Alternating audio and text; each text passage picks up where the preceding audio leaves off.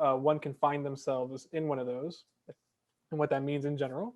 We'll talk about media bias and how to sort that out. And then we'll give you some tools on how to do that. So if we can click on over to the other screen. Yep. All right, so before we click this video that we've got here as kind of explaining the situation of what is an echo chamber, the reason or how we got here is, as Kim mentioned, that we teach in the English courses, particularly English 151 and English 152. And out of those teachings and out of those courses that we're in, we got to talking at the reference desk about things that we have seen and patterns and things like that, that we see students either repeating or mistakes that they have made. And so out of that, we've noticed that when you're doing your source evaluation, that there tends to be, depending on how you're getting your information, you can find yourself stuck in what's called an echo chamber. And so I think that is a good sort of intro there to the video. Yep. Let's play the video here. Yeah. And we might, it's not playing, so we might actually have to bring it up on YouTube. Okay, sorry about that. Could you hear it? No, I couldn't. I'm not sure. Okay, okay. Sorry about that. Oh, I know why. I learned this. Bear with me 1 second here. So hold on, let me. Oh, if you reshare, yeah, with the. Yep. And then, no, there's a way to do the video. I'm sorry. Let's let them just derailing this here. Here we go. Share sound. That was the piece that I always forget. I'm so sorry. Okay, let's try this again. Let's back her up. But when you're only hearing the same perspectives and opinions over and over again, you may be in something called an echo chamber. An echo chamber is an environment where a person only encounters information or opinions that reflect and reinforce their own. Echo chambers can create misinformation and distort a person's perspective so they have difficulty considering opposing viewpoints and discussing complicated topics. They're fueled in part by confirmation bias, which is the tendency to favor info that reinforces existing beliefs. Echo chambers can happen anywhere information is exchanged, whether it's online or in real life. But on the internet, almost anyone can quickly find like-minded people and perspectives via social media and countless news sources. This has made echo chambers far more numerous and easy to fall into. They're also tricky to recognize, especially if you're in one. If you're ever wondering if a social group or website may be an echo chamber, stop and think. Do they tend to only give one perspective on an issue? Is that viewpoint primarily supported by rumor or incomplete evidence? Are facts ignored whenever they go against that viewpoint? If you answered yes to any of these questions, you may have found an echo chamber. There's no perfect way to avoid echo chambers, but there are a few tips that can help you stay on the right track. Make a habit of checking multiple news sources to ensure you're getting complete, objective info. Interact with people of different perspectives, and take care to discuss new ideas with facts, patience, and respect. Finally, remember that just because you want something to be true doesn't make it fact. No matter where you go or who you meet, always take the time to stay informed and avoid echo chambers. All right. So, does anybody have any questions for us before we get started? Can we have a little bit of a conversation here? Okay. So, let's move on. Information can come from many different sources and perspectives. There we go. Okay. So we were really hoping that this whole webinar was going to be sort of just a good group conversation. We learn from each other, and this is how we get outside those echo chambers. By all talking and sharing ideas. So let's start that conversation. So and feel free to speak up either over the mic or drop something in the chat. Let's start out with the basic question. Where do you get your information from? What are just some different places you get your information? Anybody like to share? Let's see, I'll look at the chat here. So, okay, NPR, that's just a good news source. It's a national news source, yeah. where else do you get your news from? Or just not even necessarily news, but just information in general.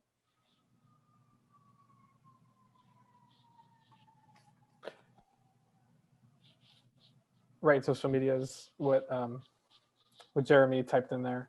And is there a particular one that you favor? Is it like Twitter, Snapchat, or something like that? I was going to say from Facebook. Yeah, that's a popular one. Yeah, definitely Facebook, Twitter. Yeah, a lot of the social media sites. Yeah.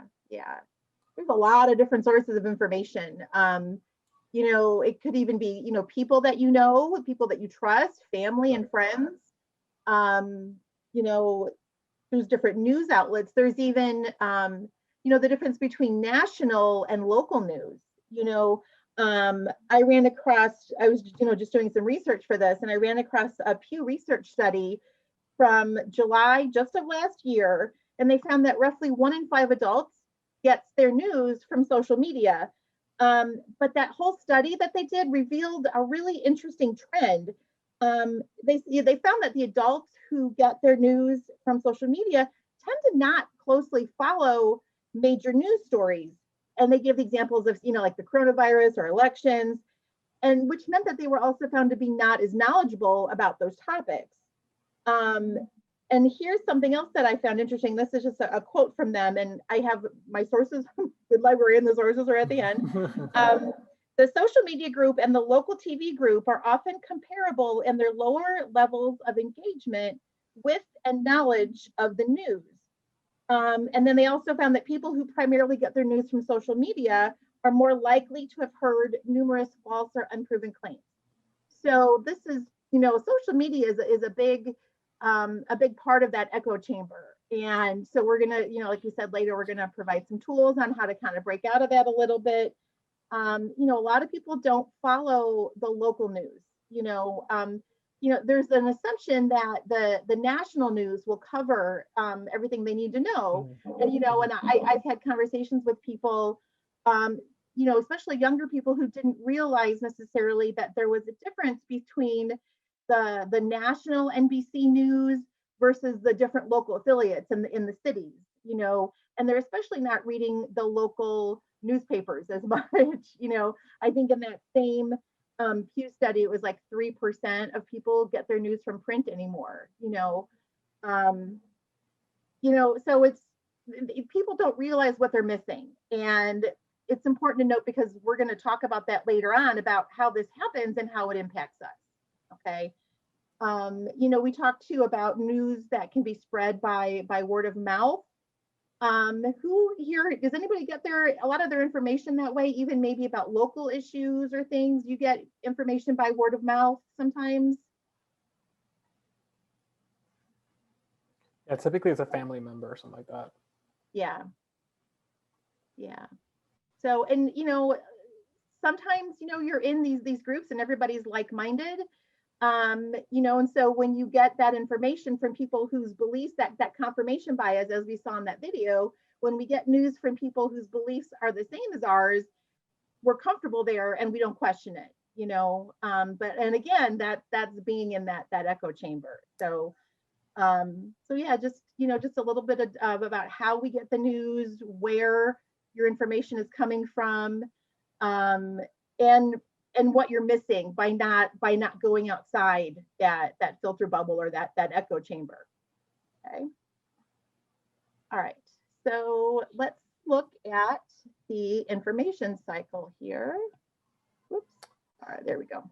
Right. And so let's start off here with social media. And before I get into the sort of topic here, or the publication times of these different categories, what we're getting at is that if you're getting your information from social media in general is run on a business model of advertisements. And so when you're getting your information, it's through that prism of advertisements. And what that means is that why you might end up in an information cycle is because as you like or don't like or spend time on a certain post or what have you on whichever platform you may be on, that gets reinforced over and over. And so your information inevitably gets filtered to whatever it is that you like. In essence, so that they can advertise to those likes and interests. And so it's imperative to keep that in the back of your mind as we think about this, how you get into an information cycle. The other thing that Kim was talking about is that sort of peer-to-peer or maybe person-to-person sort of information. It could be either verbally, but it could also be in those group chats, right? When you're in a family text with someone, or people that you have other sort of trust, right? That you've built trust in other ways that has nothing to do with information. You can sort of lend your trust towards whatever it is that they may be sharing. And so what we're trying to say is that to be a little bit skeptical about how it is that you come across your information, so that you can get accurate and hopefully unbiased information if you find yourself that you're stuck in one of these information cycles. I'm sorry, one of these filter bubbles. Okay, so the screen that I have here is the information cycle.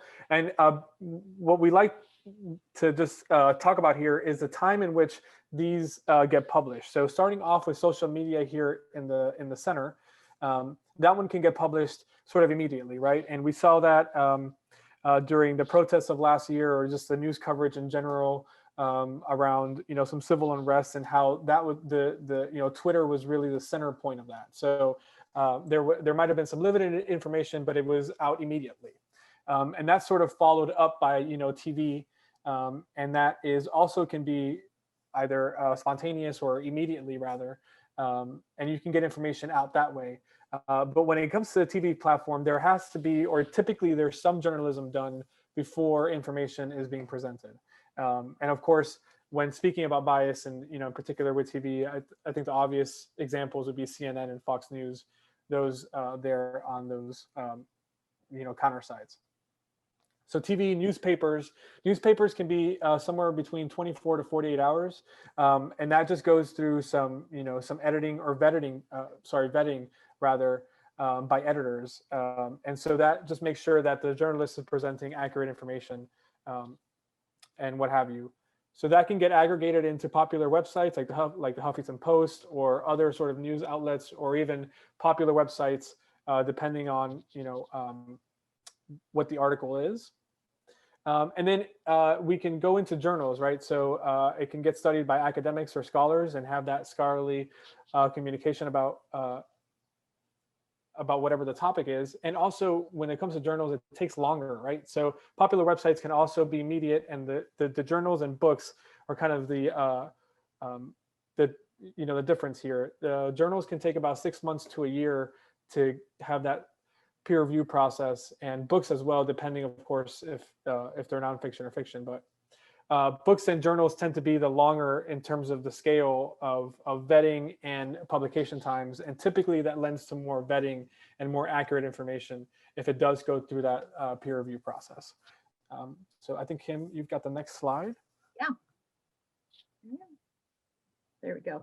So yeah, just another breakdown of that information cycle and the time it takes for that information to come out. Social media, it's put out sometimes within the first few minutes, but it's also shared very quickly. And that's one of the good things and sometimes the bad things, because not everything that gets shared, especially when news is first breaking, not everything is known. So there's a lot of rumors that are going around. So that's how that misinformation spreads, and people believe it and they're not checking because it's coming from people or sources that they trust. Okay. So yeah, so social media gets shared very quickly. TV and newspapers are a good source to track how events unfold. Especially, it's kind of, people miss the print newspapers, but they only get printed once a day, maybe twice a day. There would be a morning edition and an evening edition. But now with newspapers online, you can go back and update stories all day long. And a lot of them will put in that timestamp. This story was last updated at 12:07 p.m. So you can really track the events of something big that's happening. Popular websites, that's where you might get a lot of personal stories. You get a lot of opinion pieces. And they're not always reviewed by editors. And that's where some of that credibility starts to crumble a little bit. And then journals and books, again, they take the longest to come out, but that's going to be kind of the real meaty research about an event. Okay, so you're not going to find anything immediate necessarily about an event that's going on right now, but over time, the event will get studied and researched and analyzed, and that's when you'll get the journals and the books.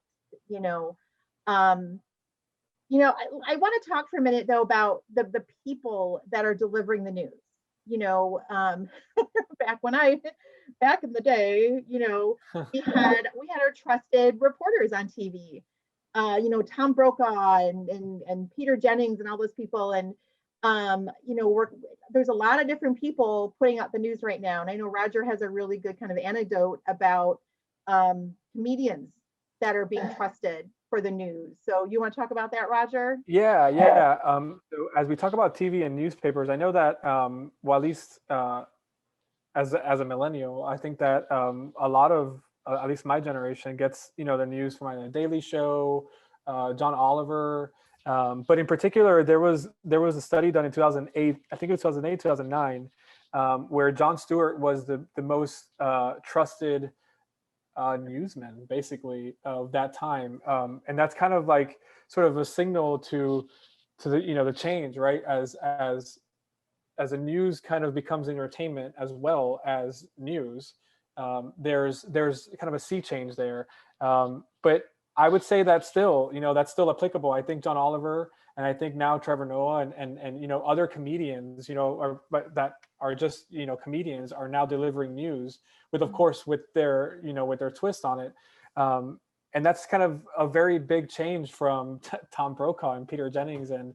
other sort of vestigial sort of anchormen that where there were only so many channels and so many outlets and where you can get your information, and so they were staples in terms of in your home and who it is that you were trusting that you were getting your information from, and so that's vastly different now, and it is important to note that, because comedians, by contrast to sort of the old-timely anchorman, is vastly different.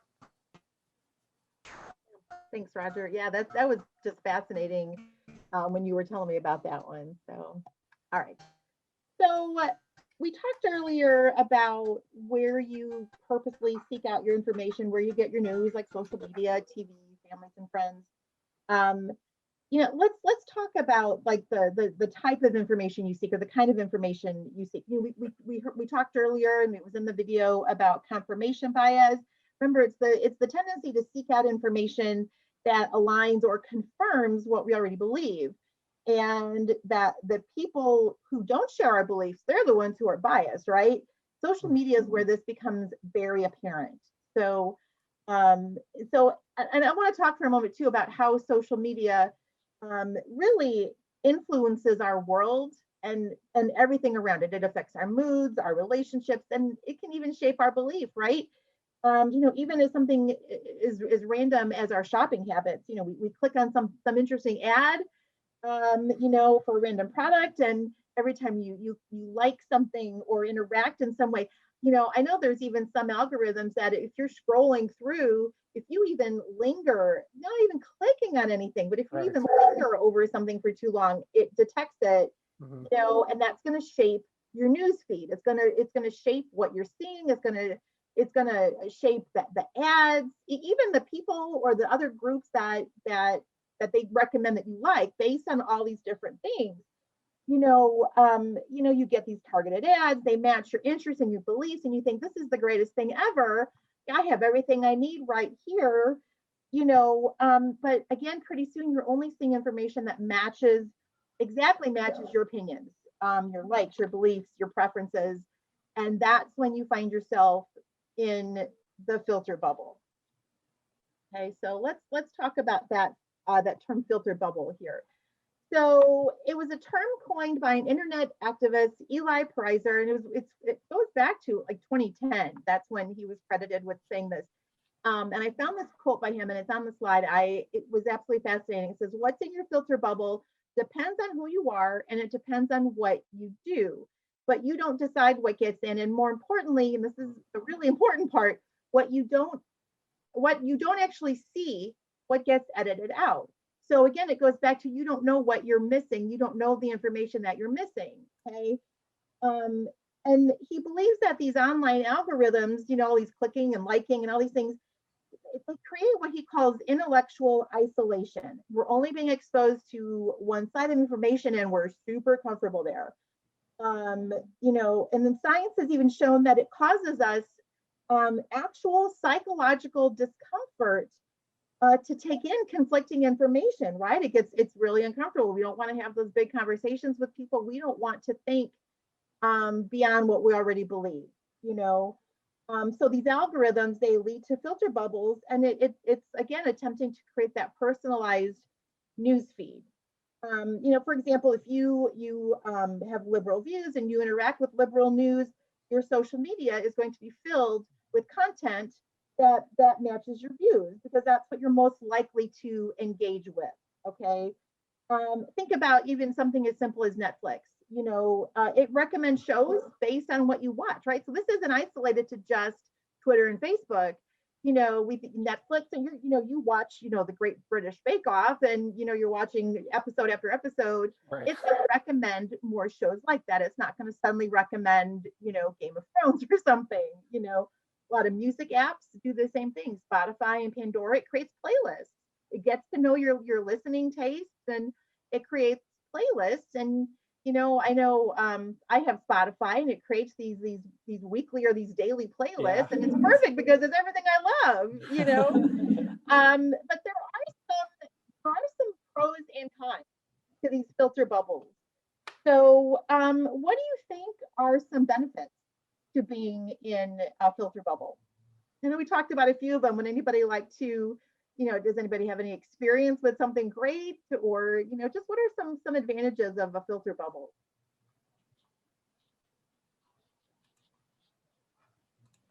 Any thoughts? Feel free to either jump in or type it on the chat. Yeah, absolutely. Please use the chat if you don't want to use your mic. That's fine. I would say the benefits would be that you only see and interact with things that appeal to you and your likes and dislikes. Mm-hmm. Mm-hmm. Yeah, for sure, right? Yeah. It caters to our interests, and we get more of that, and it's exciting to just keep seeing more of what you like, and you get in kind of this happy place, right? So Kenneth on the chat says, depending on the content you may like, what's being presented. Was there more to that, Kenneth? Nope, I accidentally hit the backslide. I didn't mean to do that. So. And then just piggybacking off what Jessica said, you can also kind of continue, right, a conversation that you may want to either have or have more information on. You can kind of keep on that track, if you will, within your information bubble, assuming that if it got through, it's already part of what you're interested in or what you want more information on. Mm-hmm. Yeah. Yeah, it saves us time too, right? You think, like, especially with the example of like the music playlists. I don't have to go looking for music that I like anymore. It's coming to me, right? So it's definitely a time saver. So, filter bubbles aren't all bad, but it's important to know that you could be in one, because there's some downsides to filter bubbles. Can anybody talk about maybe one of the disadvantages or the downsides of being in a filter bubble?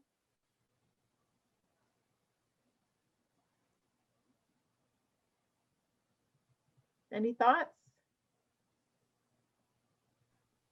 I would say the downside would be you only see things that agree with your point of view. You only hear opinions that are like yours. Mm-hmm. So there's never another, an opposing side to that kind of conversation that you have. Yeah. Yeah, for sure. Yeah. It's, and like I was saying earlier, I found this study that it causes us actual discomfort, Yes. actual psychological discomfort to do that, to go outside that, right? And to try to interact with people that maybe have different views than us. It's uncomfortable, yeah. Yeah, and Jeremy in the chat says it can restrict different viewpoints from being shown to you. So yeah, speaking to what Jessica was saying, and I think, in and of itself, you're just sort of isolating yourself, in in lots of ways. to either not feel discomfort or not have any sort of opposing viewpoints that can help, or even sometimes it just helps to contextualize why it is that you're reading this news, or how did we get to X, Y, and Z. It's good to know the other point of view to also just fill in, or contextualize the entire event or what it is that you're reading. Sometimes since you don't get that, you get that one law, that one-sided. It's difficult to make out the entire argument or why the argument's even being had to begin with. Yeah. Well, and to kind of piggyback on that, I think you're only getting part of the story, and the part that you're getting in your feed might be a different part than what somebody else is getting. And so you don't know the larger context. And we're going to talk about that later on too, and how to find that. We have some tools to help with that as well. But you're all seeing different things, and so you have to try to piece some of these things together. You don't realize that what you're seeing is different than what somebody else is saying. I know Roger and I have had conversations about even just a general Google search based on things that you have searched on your own, right, using Google. What you see in your search results might look different from what somebody else sees. And I think that's an area that not a lot of people think about as far as it being tailored to your previous searches. Yeah, it also goes down to where your IP address is. So depending on where you're logging in from, your location, your previous searches, things like that also gets tailored or edited, if you will, your search results. One of the things that I was watching and sort of preparing for this was there's a Netflix special, or that David Letterman special about where that show that he has.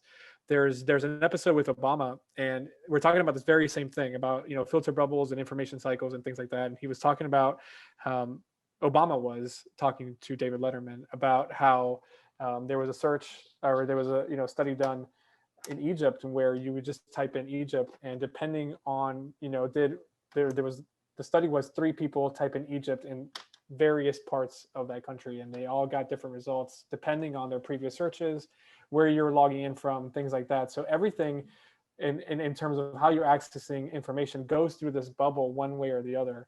I don't know if anyone else has had this experience, but when I say, I'm thinking about buying something, and then all of a sudden it appears on my Instagram, it's just the weirdest, creepiest thing, right? Where it's just, so you have to so there's a way to stop that, but you have to go into your settings, turn off your microphone, do all these things. And it's just to stop this from furthering, your information bubble and what gets presented to you.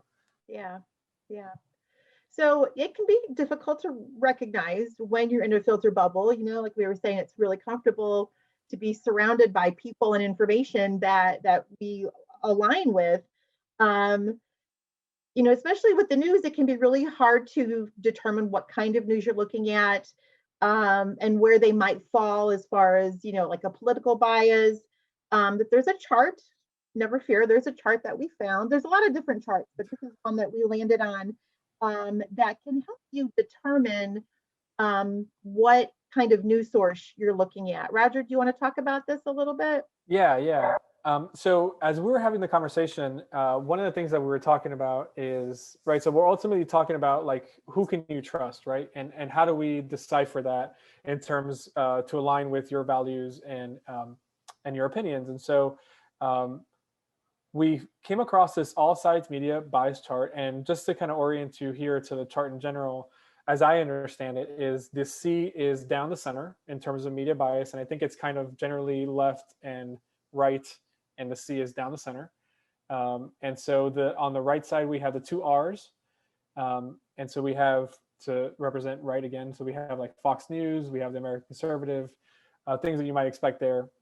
And then on the left side, we have CNN, as you can see, kind of right under the last left, or the most left, if you will. So generally speaking is, how do we know, right? So if you're down the center, which is, I would say generally is BBC. For me personally, is NPR, the Associated Press is that AP up there, and BBC. And that just sort of means that I particularly like BBC because since it's foreign and it's abroad, you get a different perspective altogether about the news, and how they filter it through their own sort of what they're experiencing in their side of the world and things like that. It's very, very interesting. And the first time actually that I personally came across this sort of dynamic was I had a friend of mine who went to go study in Oxford, and when he came back that first summer, he's like, "Oh my gosh, the news is just so vastly different." And that was around McCain and Obama's, so like that, Obama's first presidential, campaign, and it was so different. The conversation that we were having, and just in the articles that he started sharing was like, "Oh, this is what's being covered over here," and it was so different.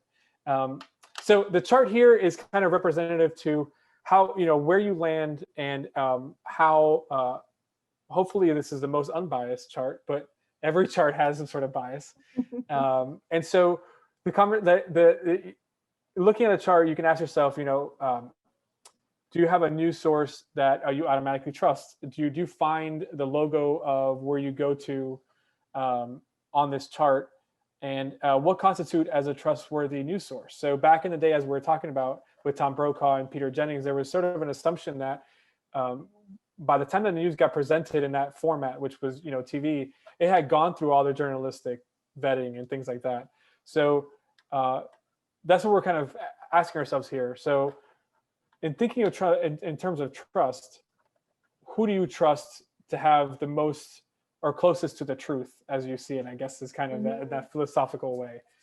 So this chart here does, they went through and they placed it where they think. So do we, are there any general comments here before we move on to the next slide? Do we agree with this list or with this chart? Yeah. Does anyone want to take a stab maybe at answering those questions? I just wanted to comment too. I think, and I think we were talking about this too, Roger, just that the news itself is getting harder to trust.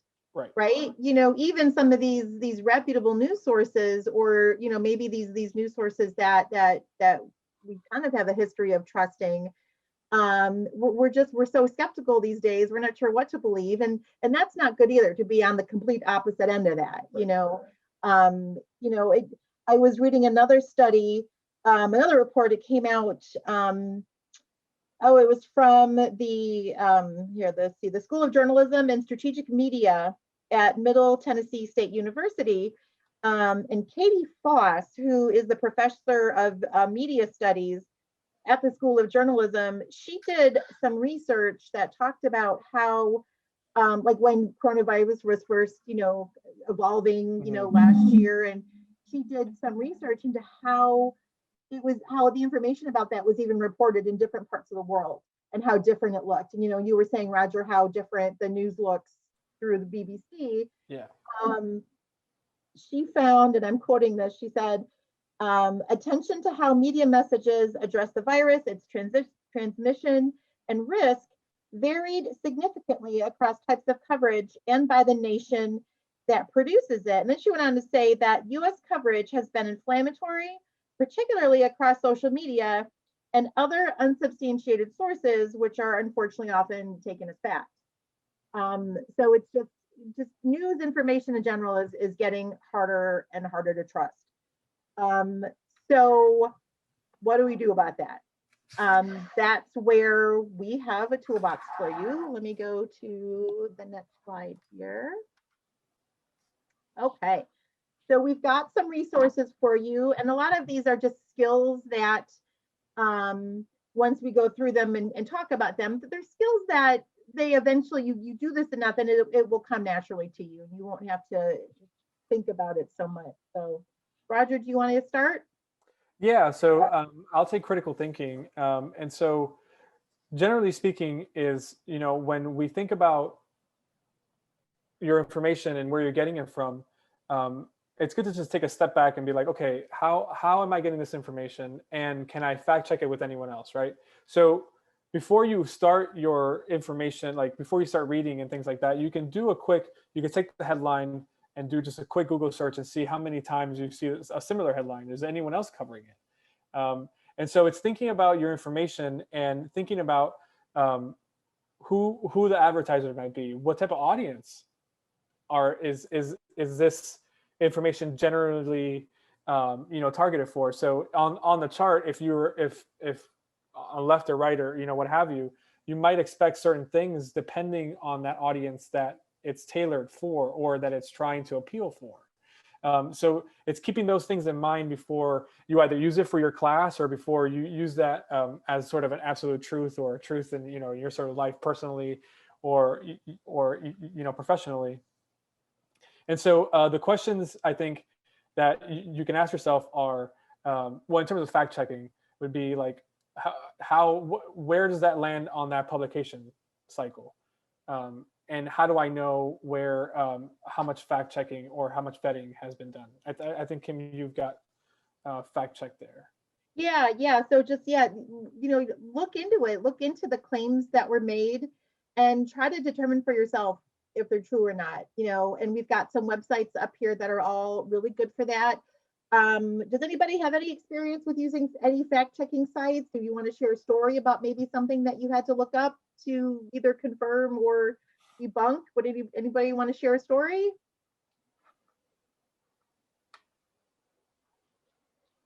Nope, it's fine. Yeah, and not everybody, has encountered something like this. Snopes.com is probably the most popular fact checking site, and it's fantastic. I've used it a lot personally.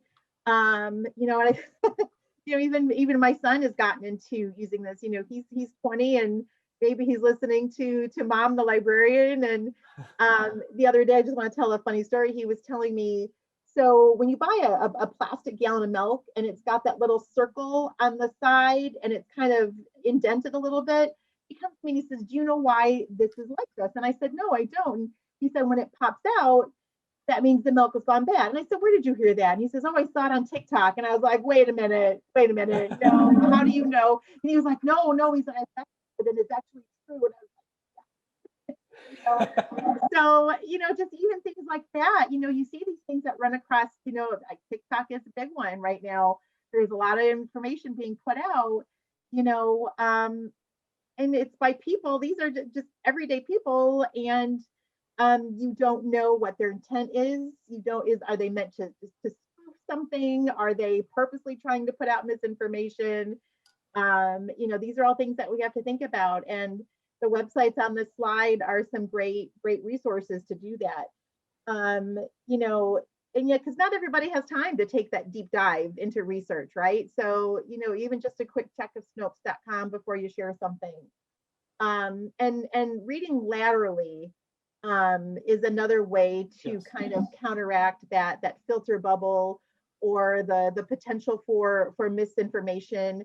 Because that's a lot of that can lead to misinformation. So, and Roger kind of touched on that too with the critical thinking. Go in search of how other news outlets are treating the same story. Look up, just the general headline and scroll through your feed, and you'll probably recognize some of the different websites. Maybe they're on that chart. You can get a sense of what kind of slant they might have. What do you know about your news source? And again, that's where that media bias chart can be a good start. It's not going to solve everything, but it's at least to be aware of what type of source you're looking at. What can you find out about the author of the story? If anybody's ever seen the library's Scarab rubric, we talk a lot about authority. Is it a freelance journalist, writing about vaccines, but maybe they have a history in, writing, covering the White House, so, can you find, and it doesn't necessarily make that a bad source, but look and see, can you find a better source?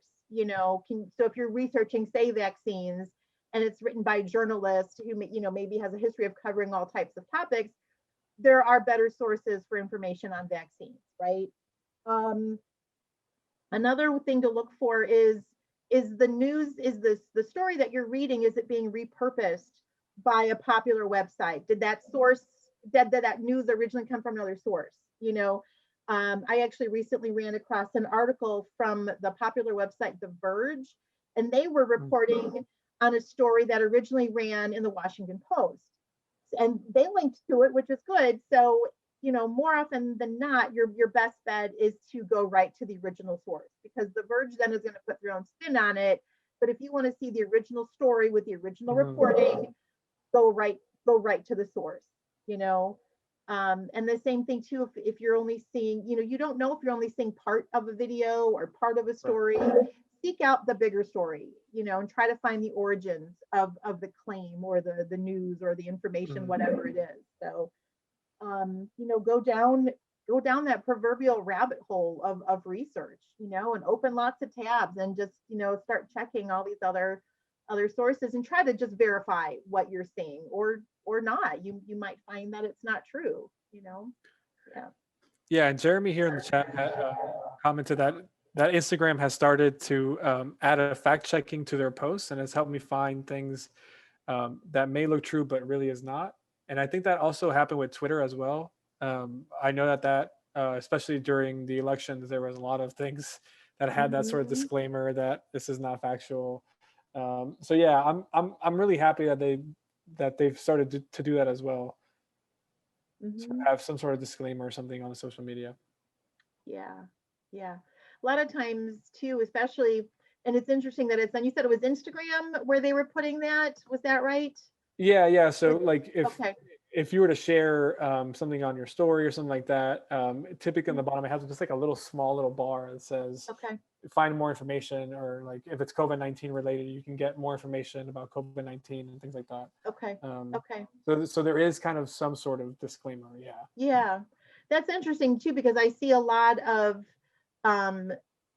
news stories or sources of information that misuse photos, and a photo will get circulated over and over again with multiple stories, and it turns out that photo was for something completely else, something completely different, but they attached it to this story to make it look, worse or something than it already was, and I found another example even on Snopes, that there was some environmental protests in London in 2019, and a photo started circulating of a ton of garbage that was left at the park where these environmental protests were held. And so people started saying, oh, so much for these environmental protesters, look at the mess they left behind. Well, somebody did a reverse Google image search, which is a really good tool to use. So if you're not sure of the origins of a photo, he did a reverse Google image search. And what they found was that, yes, the photo was of that park and had all, had all the garbage, but it was actually part of a whole different event, like some years prior. It wasn't even like the same day or anything like that. So somebody just who wanted to just kind of stir up trouble and spread, and was counting on the fact that nobody was going to verify this photo, that's how that gets passed around, and nobody questions the photos, I think, as much as they should. So yeah, and that happens a lot. I think with either like politicians, and there's like a term in which, as like the closer you get to it, to the picture looking realistic and passing, there's like some sort of internet term for it. But the case that whenever we talk about this, that always comes to mind is when one of the unfortunate plane accidents happened. There was a photo that was being circulated on the internet. It was basically supposed to be from the inside of the cabin, or like one of the last shots, or like one of the last looks of the inside the cabin before it went down, before the plane went down. And it turns out that it really wasn't. It was from that show. This is kind of an older show, but it's called Lost. And the beginning of the show is, they get stranded on an island and there's like an airplane crash. And so they repurposed the inside of the cabin picture, and then they put it onto, some sort of information saying like, this was the last, and it got circulated, for a long time before someone sort of debunked it. It was like, this is just from Lost. Yeah. So pictures for sure definitely get used or get manipulated in different ways to lead us one way or the other, whichever way that bias may be going. Yeah. So these are just, just some kind of guidelines for how to kind of break outside of your filter bubble a little bit.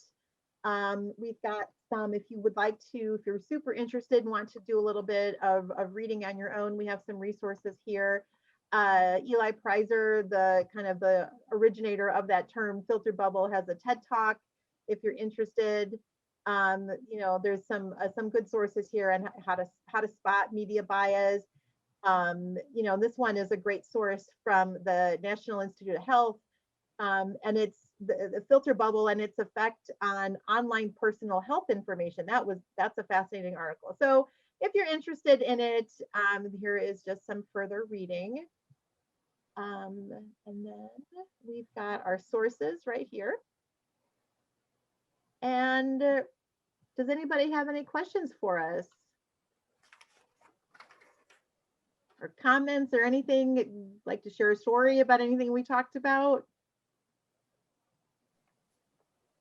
I was just gonna bring up another thing with like news on social media is it's instantly available sometimes. And while sometimes that's like a really good thing, a lot of times it's not, because there isn't the, you know, research and editing. And I think like a lot of us find ourselves, especially with social media, seeing something, assuming that it's completely true, completely valid, and running with that, and then only later to find out that it's not actually accurate. Yeah, absolutely. Yeah. You know, especially it's convenient, right, to get our news on social media because it's all right there, and we're kind of in a hurry, and we're scrolling and scrolling and scrolling, and we run across these things, and then we just kind of tuck it away, and then we might call our neighbor, oh, hey, I read this thing, you know, and it becomes viral, but not in the positive, fun way of silly cat videos, you know.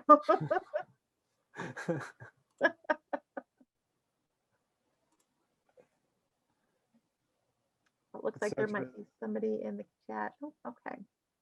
All right. We have our contact information there. So if anybody has a question about this or anything library related, you know, you have our email addresses there. Otherwise, I think we have covered everything we needed to. Roger, we good? Yeah. Thanks everyone, and thanks again, Melissa, for having us again. And yeah, feel free to reach out to us. You know, email if you want to continue this conversation, or if you want those links to those websites or anything else that maybe these last couple of slides you wanted some more information. Yeah, feel free to reach out. We'll be happy to continue this conversation. And thanks again, Melissa. We really appreciate it. Thank you. Yeah, thanks, Melissa. And for the participants that are still here, we will have a whole library series. So please be on the lookout for the flyer. I know that there's going to be some flyers around campus, and I think there's some in the library. So make sure you grab all of those. But we'll be also checking out the Facebook events and the website events to get mostly updated with all of those different series that are coming. And then tomorrow we will have our success workshop. I believe that will be at 10 o'clock in the morning tomorrow. And I'm putting the Zoom ID available here. We will have 2 speakers, which are faculty members here, providing on just how to best communicate like a professional. All right. Okay, well, thank you so much, everyone. Okay. Thank you.